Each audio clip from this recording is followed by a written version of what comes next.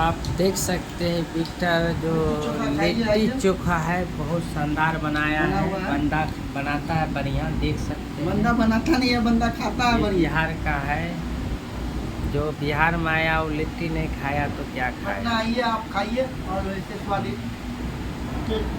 अगर हमसे मिलना चाहते हैं तो आप बिहटा आना चाहते हैं तो आपको हम बना के खिला सकते हैं। आपको 200 रुपया लगेगा, ठीक है। पहले ही हम बता देते हैं। देख सकते हैं एक से एक बंदा पहुंच चुका है।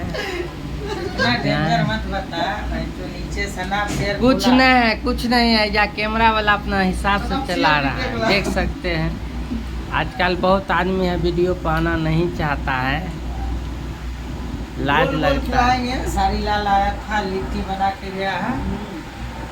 हरिंदर पासवान आया था, चोखा बनाया था नीतीश कुमार चाचा परशुराम जी। आइए गाइस कभी पटना हमसे मिलिए। हमारा एड्रेस है बीटा एड्रेस। लाते हैं आप।